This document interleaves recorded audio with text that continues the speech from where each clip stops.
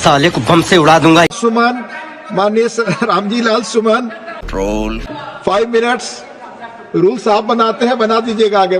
माननीय श्री रामजी लाल सुमन, 5 minute please, 5 minute बोलो तो 5 minute. Nothing is going on record madam, nothing is going on record, please 5 minutes. उपसभापति जी, हम गृह मंत्रालय के कामकाज पर यहाँ चर्चा कर रहे हैं। अच्छा। और मैं समझता हूं देश का जो गृह मंत्रालय है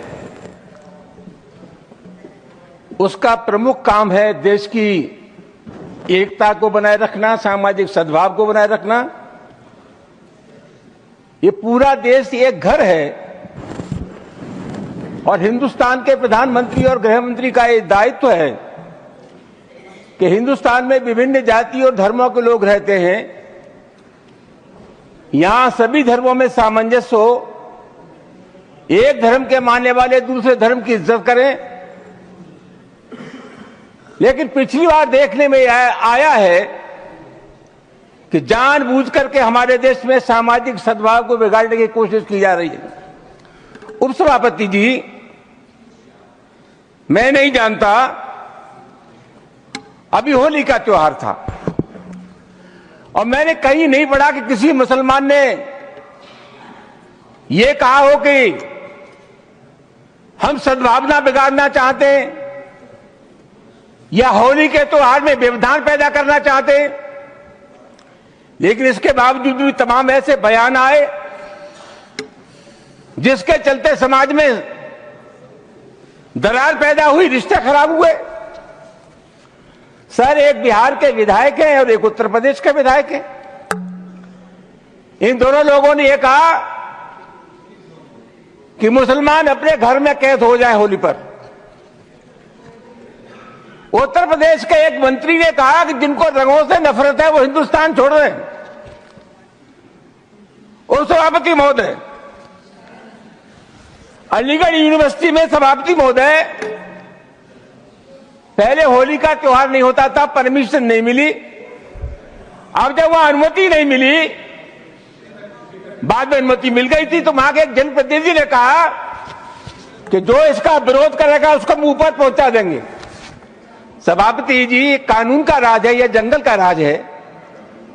इस प्रकार की जो भाषा बोली जाती है वो किसी भी कीमत पर इस देश की सेहत के लिए ठीक नहीं है।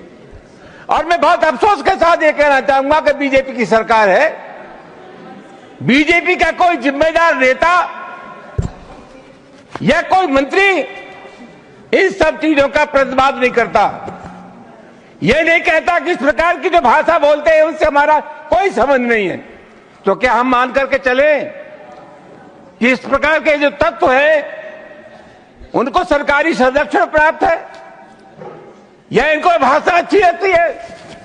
सभापति महोदय, बार बार कहा जाता है और अभी कहा गया कि जो लोग होली में के त्योहार पर होली नहीं खेलना चाहते, और जैसा मैंने कहा जिनको रंग पसंद नहीं है वो हिंदुस्तान छोड़ दें।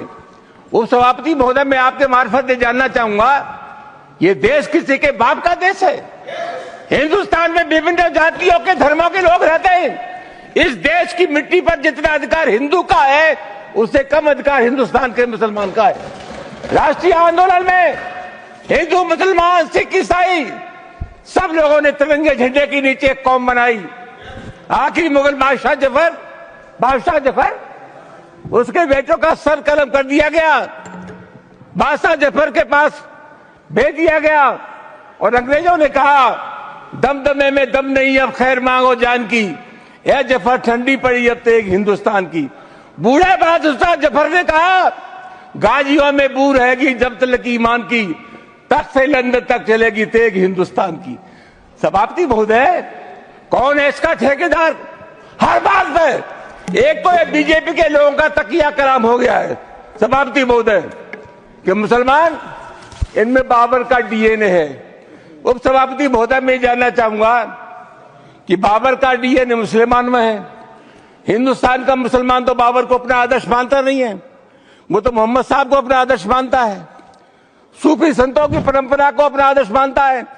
लेकिन सभापति महोदय, मैं जानना चाहूंगा कि बाबर को लाया कौन? बाबर को इब्राहिम लोदी को हराने के लिए राणा सांगा लाया था। तो मुसलमान तो बाबर की औलाद हैं और तुम गद्दार राणा सांगा की औलाद हो, ये हिंदुस्तान में तय हो जाना चाहिए। अगर बाबर की तो आलोचना करते हैं, राणा सांगा की आलोचना नहीं करते।